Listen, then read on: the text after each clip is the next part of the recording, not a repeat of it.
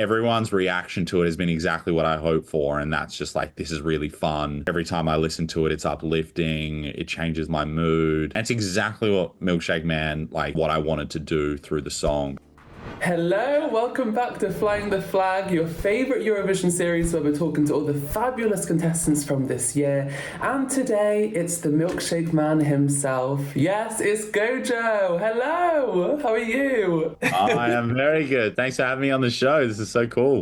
I'm going to give you a little Eurofan question round, okay? This isn't like a quiz. We're not going to judge you here or on any knowledge, because I've scared a lot of people with this. It's all in safe hands. I feel like my knowledge is pretty good. There you go. This is the thing, like you said, with your dad as well. You grew up with Eurovision, so I feel like even if it was a quiz, you'd ace this. So are you ready? Bring it on.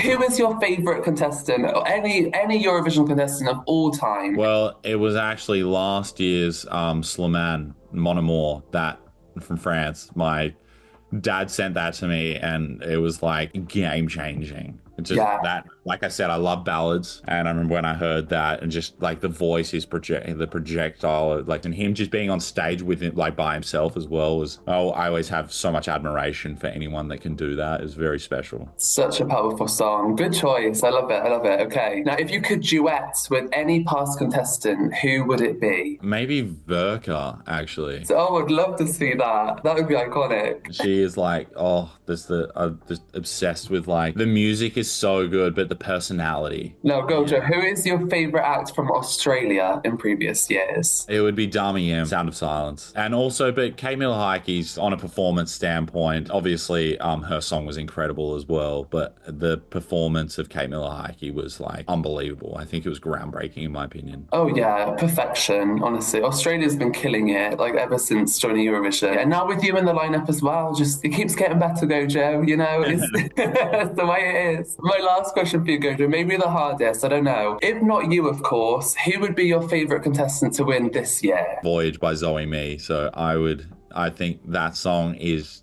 just, damn it, like, I wish I wrote that song. I think it's actually, you know what, I would love it because I'd get to watch it 3 times at that point. Yeah, that is a very, very good point. And then, you know, give Switzerland another win. Why not have 2 years in a row? Exactly. Yeah, that would be great. That you're in Europe, you're taking in all the vibes. How has this been coming from Australia and enjoying the European land and fans? Yeah, it's been nuts. The whole thing, you know, playing Amsterdam especially, that was like a really big kind of introduction into everything. I feel like the day I landed, it's just been go, go, go. It's been such a journey already, and I can't wait for even the next weeks, and I can't even imagine what it's going to be like when we get to Basel as well. So soon now. I mean, we're counting down the days. I need to know where it all started, really. What was going through your mind when you first found out you were actually going to Eurovision? It was just, I want to call mum and dad.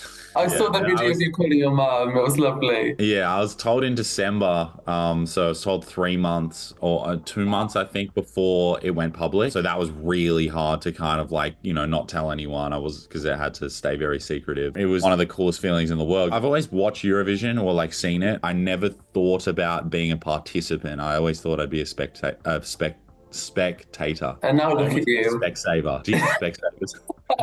We want to make sure we see you on the stage. To come to Eurovision with such a banger of a song. Milkshake Man is just so fun. It's just so Eurovision. How has that journey been for you, seeing the positive feedback, I guess, and love for your song? Yeah, it's been awesome. It's been incredible. And even like, you know, I saw a video yesterday where Luane in France said that, you know, it was her favorite entry. Seeing even all the other artists, like, you know, they know the song very well, and obviously all the fans and stuff like that. The response has been incredible, and I'm very grateful for it. Everyone's reaction to it has been exactly what I hoped for, and that's just like, this is really fun. Every time I listen to it, it's uplifting, it changes my mood. And it's exactly what Milkshake Man, what I wanted to do through the song. It's all about being the mascot of confidence and self-expression. Yeah, that's exactly what you want from a song, but especially this one in particular. Are there any entries that you've got really close to this year as building a kind of friendship? It's like everyone's been so nice and kind. Love everyone. fun. I spent a bit of time with Parg, a bit of time with Sissel. I've done a few lives with Kyle, JJ, and Sissel as well. But yeah, I'm just catching up with everyone. Like today, I'm seeing Laura Thorne, and then tomorrow I'm seeing Luane as well. So I feel like everyone's such a big family. Yes, it looks like that. And it's so lovely as a fan to see you kind of build those friendships, just that whole community to come together. And I talked to Erika Vikman the other day, I talked to Laura. Both of them mentioned how much they love you and your song. So that was really lovely to hear. And there are so many good songs this year. Do you have any kind of songs that stand out, your favorites that are on top of your playlist at the moment? Yeah, so a lot of people probably wouldn't expect it. I like the more ballady songs. So my favorite entry this year that I've been listening to a lot is Zoe Me. Voyage. It's incredible, and I caught up with Zoe. Zoe was actually one of the first.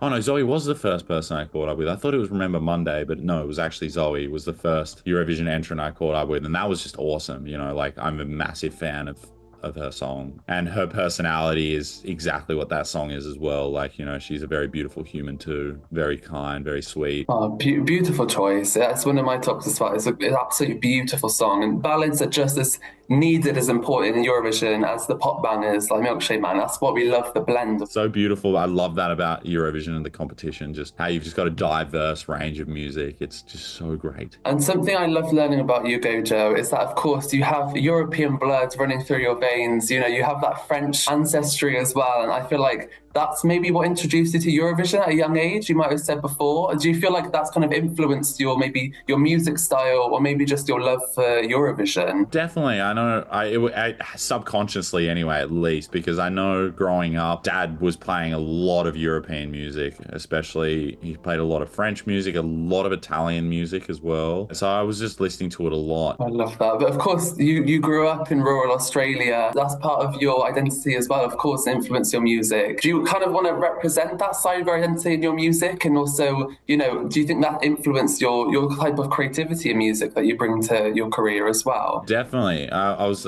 talking about that earlier on today, actually. The way I grew up, it enabled me to think very individually. I was also taught a lot of hard work because I grew up on like this self-sustaining property. Everything we didn't, we were off grid. We didn't have power from the towns or anything like that. It was all, we harvested from the sun. The water that we drank, we, collected from the rain. Everything was like off grid. It was genius creations of my mum and dad, who are my complete heroes and I look up to. The way that they raised us, I am very grateful for. Still feel like I am in my childhood all the time, which I'm very grateful for too, because it's the biggest sense of freedom to me, because that's what my mum and dad gave us kids. I feel like you see that in your, not just your music, but your personality as well. Like you come across as very, relatable and lovable, and you can see that you were raised well. I think it's a lovely thing to say. Moving from talking about lovely family to the 69th edition of Eurovision. Okay, Gojo. So listen. Good switch up. Yeah, a subtle transition, if you will. Yeah,